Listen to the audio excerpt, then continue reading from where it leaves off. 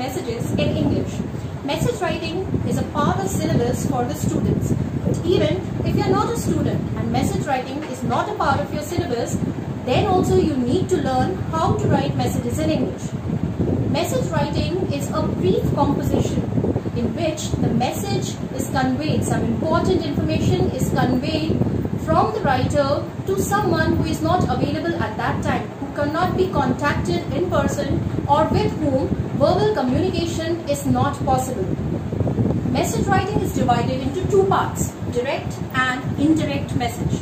Direct messages is one-to-one. One-to-one means it is from the first person to the second person.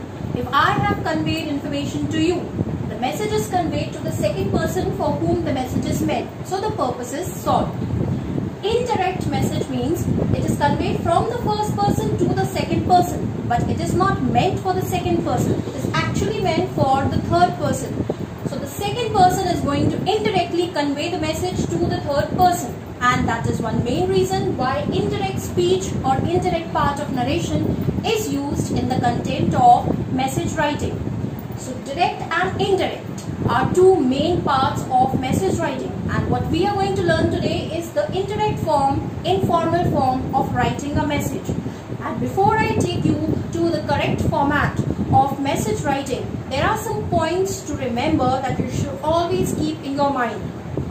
Let's see the first point. The very first point, the most important point, is that message should be written in a box. Message writing and notice writing are two writing compositions that should always contain a box. That is the first priority, first thing to remember. Second is word limit. Word limit of message writing is 50 words. That is prescribed by CBSE. 50 words means obviously it's an informal short piece of composition. So you have to write only what is essential. You have to convey the information only what is given in the question. So it's going to end up in 50 words. You don't have to exceed 50 words, and anyhow, when you convey a small piece of information from one person to the other in your own words, it's not going to exceed the word limit. Coming to the next important point. No stress on articles, tenses or verb. Because message writing is an informal piece of writing, so you don't have to be a grammar expert or a vocabulary expert, or you don't have to be a very proficient English learner. Simple message in simple language that could be understood for whom it is meant. Here the purpose is solved. Only that much is required. So you don't have to put unnecessary stress on articles. You can skip articles, you can skip tenses, you can use present, past and future tenses as and when it is given. And verbs also, the finite verbs, the main verbs that you can skip. Coming to the next point, that is indirect speech. I told you before that since the message is conveyed indirectly, that's why indirect speech is used. Now for those who don't know what is a direct and indirect speech, let me tell you. Direct speech is something that is conveyed directly. Ram said, I'm going to the market. I'm going to the market are the exact words of Ram. This is direct speech, that is from first person to the second person with exact quoted words. If the third person has to be informed about this, then it will be told as Ram said that he was going to the market. Here the tense has changed. We see the insertion of the conjunction that before the speech and any other changes in the pronoun. That means we are conveying a message not in the exact words of the speaker, but in our own words, adding something and skipping something out. That is indirect way, or that is indirect narration or speech in grammar. And we use the same when we talk about the content of message writing. The last point is no polished language. Do not use hi-fi words. Do not use too high vocabulary. Whatever message you are noting, it should be well grasped and understood by the writer, for whom it is meant. It should be very clear, short and to the point. So you have to remember all these 5 points before you actually start writing a message. Now let me take you to the correct format according to CBSE that you need to follow if you want full marks 5 on 5 in message writing. Let's go. So here's the correct format by CBSE. The format of the message, as the first thing I told you, is it should be in a box. So message writing should be in a box. The first thing you have to do is write message in capital letters in the first line right in the middle. Second thing is you have to leave a line and write on the left hand side the time.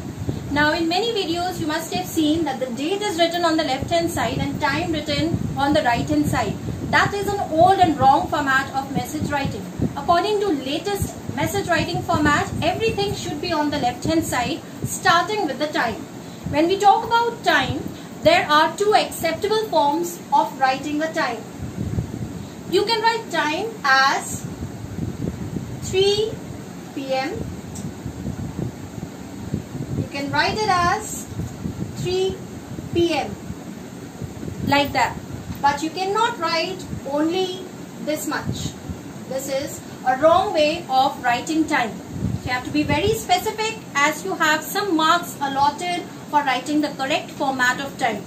Talking about the date, as we have discussed in the letter writing format, the format of writing a date is always 25th May 20, or it can be May 25, 20. But you cannot write 25 5 20 or 25-5 20. This is again a wrong way of writing a date, and you can lose your marks here.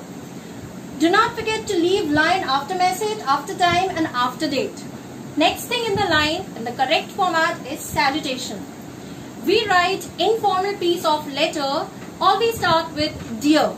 But we are doing message writing, and when we are writing a message, we don't put dear or respected. Normally message writing is done on personal purposes, and for that purpose we don't need to write dear mom, dear dad, dear brother. Only the initial name or only how you address them, that is sufficient. Suppose if you're writing for your mom, you can only write mom, or for dad only dad. If it's for your brother, it can be only Rohan, the name of your brother. That much is enough. There is no insertion of dear or respected in the salutation for message writing. Remember that. Leaving a line after that starts the body of your letter. In the body of your letter, as I told you before, that it is confined to 50 words. The first thing you have to write is who called. Your message writing content will always start with who has called. If it's a telephonic conversation, that means who is the supplier of the information. The next thing that you need to note is why. What is the reason for their calling? That means what is the actual message that here you have to convey. In the second line, it might be of 2 lines. You have to convey in your own words what was the reason for calling. What is the actual message? And the third line in the format is follow-up. Follow-up means what does the conveyor want you to do? What is the action expected from you? That is a follow-up. What you need to do at the end. When we talk about the content of message writing, it should not start with a very effective introduction and it should not end with a very effective conclusion. You have to stick to the word limit, and that's why you need to include only essential details. You cannot add on details that is not given in the question. Once you have conveyed the message, whatever message was meant to, then you have to stop writing the message there and there. Leave a line, and the last thing you see is signatory. Signatory does not mean you have to sign, write your name and put your designation in a box as you do for letter writing. When you're writing a message, only your initial is enough. If it's a formal piece of writing, you're going to write your full name. But otherwise, most of the cases, only your initial. For example, you are Priya, so you are going to write only your initial name. Yes? Or Rahul. If Rahul is the one who has noted this message for Rohan. So here's the format. I hope the format is clear to you. Now let's take on one example to see very well, understand very well how this format works with the actual question of message writing. Let's take a question now, a sample question on message writing. Let me read the question for you in case it is not clear. We have taken a telephonic conversation. Read the following conversation between Rahul and Sonu. Sonu is about to leave home for school and will not be able to meet his brother Mohit. He leaves a message for him. Write the message in about 50 words. As we have read the question, you have seen that we are talking about three persons. Rahul, Sonu and Mohit. Here Rahul, Sonu and Mohit. Who is the sender and who is the receiver of the message? That you need to understand first. What we have understood so far is that Sonu and Mohit are brothers and Rahul is the sender. Let's come to the conversation directly. Rahul is giving the message to Sonu, that is the second person, and the message is meant for Sonu's brother Mohit, who is not available at that time. Rahul: hello, can I speak to Mohit please? Sonu: he is not at home. I am his brother. Would you like to leave a message for him? Rahul: now this is the main part. What is the message? This is what is we are going to convert into a paragraph and write here. I am his friend Rahul. Kindly tell him that tomorrow we are going to Pragati Maidan for the book fair. In case he is interested, tell him to call me in the evening. This is the main message. This is the main part. Sonu: I'll do that. Now let's see how we have to write this when we are writing the main answer. Here's the answer to the question that we have just now read. The telephonic conversation between Rahul and Sonu for Mohit. Let's see how you're going to write that when you write your answer. First thing, you're going to draw a box. Second thing, message. Leave a line. First time. Leave a line. Date. Leave a line. Salutation. Here you have to write the name of the person for whom the message is meant. The message is meant for Mohit, so you're going to write Mohit. Leave a line, and here comes the main part, the body part. Rahul called up to inform. The first line is who called. Rahul called up to inform. Now we'll continue with why he called. What is he informing? That tomorrow morning we are going to the book fair at Pragati Maidan. This was the message that was conveyed by Rahul for Mohit. If you are interested, call him in the evening. And then after, they'll visit the nearby park. Signature: Sonu. Message is written by Sonu for Mohit. Now this is your piece of writing.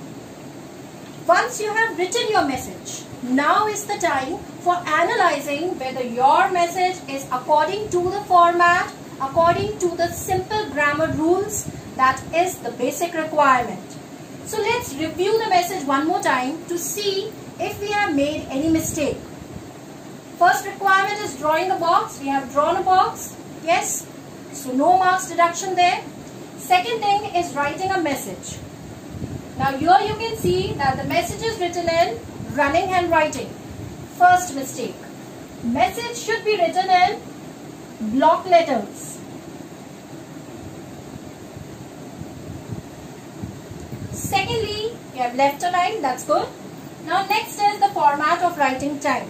I told you the format of writing is always whatever is the time. For suppose if you have written 9:30 here, it should be 9:30 AM or PM without any period. Now here you have missed writing AM or PM. That is not the acceptable format of time. So you have to be careful with this. The second mistake. Left a line. Date you can see is written in the correct format. Left one line. Salutation is Mohit. That is also correct. It could have been wrong if you have written Dear Mohit or Respected Mohit. You cannot address your brother like that. So directly Mohit, without any punctuation, without any comma. Leave a line. Now comes the content. Now look at the content closely. Rahul called up. Rahul called up. Who called up? The information that we have reproduced again correctly. To inform that tomorrow morning we are going to the book fair at Pragati Maidan. Do you find anything wrong here? That tomorrow. Now come closely to see at the spelling of tomorrow. Do you find anything wrong? The spelling is wrong. It is T-O, single M-O and double R-O-W. You have marks deduction for spelling mistakes also. Obviously, it's an English piece of writing. So if you're a student, you're going to lose your marks here. Tomorrow morning, we are going to the book fair. We means who? The message is written by Sonu. That means Sonu and Mohit are going to go. We means you and I. But here, the message is conveyed by Rahul for Mohit. That means this we that is given in the question means Mohit and Rahul will go. Yes? So here, this pronoun that is used is wrong, and instead of we, you should use they. They are going to the book fair at Pragati Maidan. If you are interested, you, Mohit, call him in the evening. This is correct, exactly as it was given in the question. And then after, they'll visit the nearby park. And then after, that means after that, they will visit the nearby park. This is the next mistake. How it's a mistake? And then after, they'll visit the nearby park. This information is not provided to us in the main question. Remember, do not add any information, anything to increase the length, to exceed the word limit. Even if your content is confined only to 30 words, not coming up to 40 words or 45 words, you want it to exceed by few words by adding few details.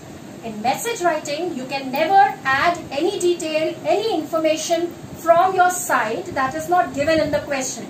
So this last line, going to a nearby park, this information is not given in the question. So this is something that you should never do.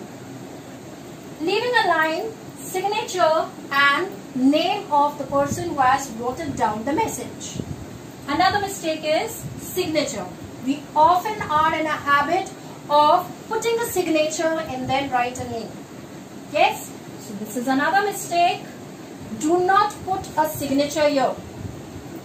Now before I end with this, I hope this is relevant for you.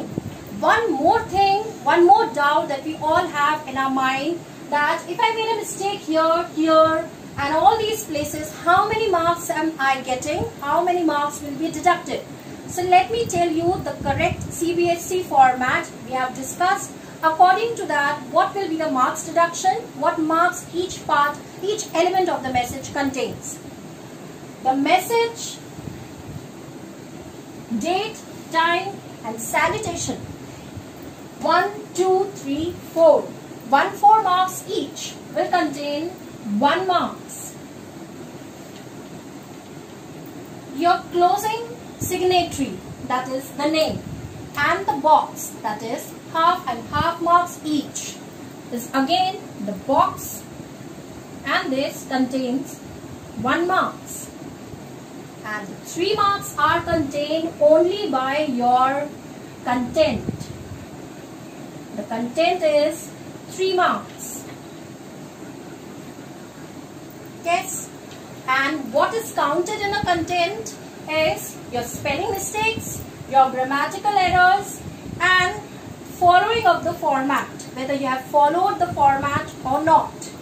That means the language fluency and accuracy is a compulsion, is an expectation if you want to get full 3 marks. According to CBSE, you must have heard, you must have got, you must have seen by your experience that in any of the writing skills, you never get full marks. Half marks are always retained. It is always kept with CBSE. because it is considered that no writing part is a perfect. Because it is not perfect, it's impossible to get 5 on 5.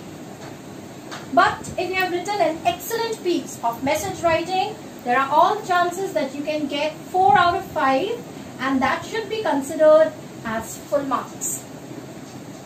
Yes, so I hope this video is relevant for you to bring me.